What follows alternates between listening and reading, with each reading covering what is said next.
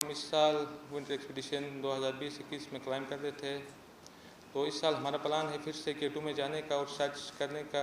अगर हमें कोई क्रू मिले, उसके साथ साथ हम कोई डॉक्यूमेंट्री बना रहे हैं with Canadian film maker Elias साकले। मैं उसका शुक्रगुजार हूँ कि उसने सारा कुछ करके इधर पहुँचे हैं। तो उसके साथ साथ उसकों का भी मैं शुक्रिया अदा करता हूँ जिसने ये एक्सपीडिशन ऑर्गेनाइज़ किया, वेनेसा ओब्रायन, कर्नल हसन और दूसरे जितने भी सपोर्टर्स हैं उन सबका शुक्रगुजार हूँ। इंशाल्लाह हम एक वालिद की ज़िंदगी पे एक डॉक्यूमेंट्री भी बनाने जा रहे हैं, जॉन स्नोरी की ज़िंदगी पे और पर्सनली मेरी ज़िंदगी पे। और हम जानना चाहते हैं कि K2 में इस साल क्या हुआ था जिसकी वजह से जो क्लाइंबर्स हुए, मिसिंग हुए।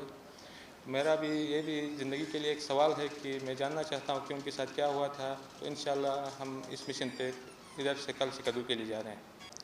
नहीं, ये एडवेंचर है, एक्सट्रीम एडवेंचर है, स्पोर्ट्स है एक किस्म से। तो इसमें स्पोर्ट्स में रिस्क होती है। रिस्क होने की वजह से अगर एडवेंचर, एक्सट्रीम एडवेंचर में रिस्क ना हो तो एडवेंचर ही नहीं होता है। तो एक हिसाब से एडवेंचर है, इसमें रिस्क ज़रूरी होती है। नहीं, अल्पाइन क्लब ने कोई सपोर्ट नहीं किया है। अल्पाइन क्लब से हम पहले भी ओके थे कि इसने कोई क्लाइंबर्स को ट्रेन नहीं किया अभी तक। कोई भी क्लाइंबिंग फैसिलिटीज़ हो, कोई ऑर्गेनाइज ट्रेनिंग को कहीं भी ऑर्गेनाइज नहीं की। और जब तक इस समिट सर्टिफिकेट भी इशू करते हैं तो ये कोई इन्वेस्टिगेट नहीं करते हैं।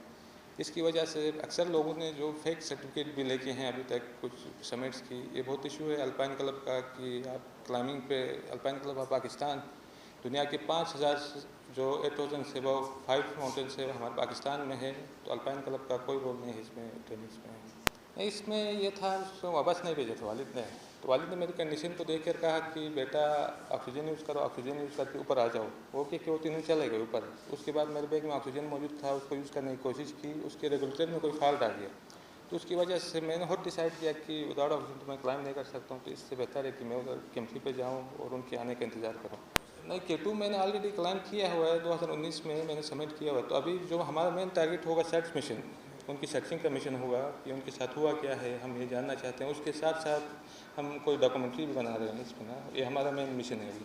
नहीं, इसमें हक़ाइक़ इसका है कि माउंटेनियरिंग एक सख्त किस्म का काम है। तो उसने जो नेपाली ने 16 जनवरी को क्लाइंब किया था, तो वो थके हारे ऊपर पहुँचे हैं और बहुत अच्छे दोस्त हैं वालिद के और जॉन स्नोरी के भी। तो इसका होता नहीं है कि वो लस्सियाँ उठा के लेके आए हों, पॉसिबल भी नहीं है। अगर लस्सियाँ उतार के आए हैं तो किस तरह उन्होंने डिसेंडिंग की है वो समिट पोजीशन से।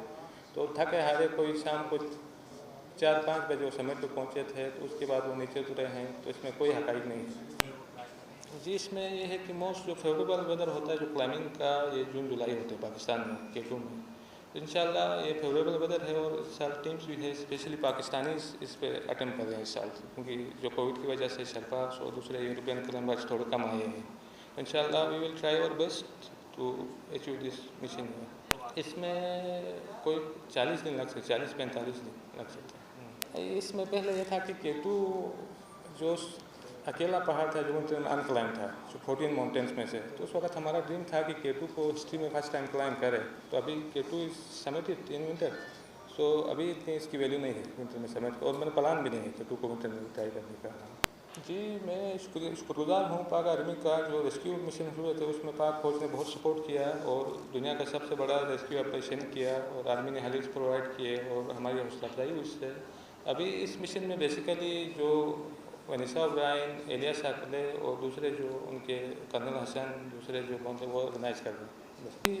GB गवर्नमेंट से हमने बात की थी कि हम इस तरह का कोई रेस्क्यू मिशन और सर्च एंड रिकवरी मिशन कर रहे हैं, तो आप हमारी सपोर्ट करें। तो हमने कई बात की उनसे, लेकिन उनका कोई रिस्पॉन्स नहीं है। अभी स्पॉन्सर ने ये बेसिकली एलियास साकले और दूसरा वेनेसा ओब्रायन और उनकी टीम अभी इसको फाइनेंशियली सपोर्ट कर रही है। नहीं, जो मोस्ट फेवरेबल क्लाइंबिंग का सीज़न होता है K2 में जून जुलाई का होता है। तो अभी इसमें 8000 से अबव ये होता है कि अक्सर जो टेम्परेचर है वो माइनस में ही रहता है, प्लस में नहीं जाता है। तो उसमें पिघलने का वो इशू नहीं आता है हाई माउंटेन्स में।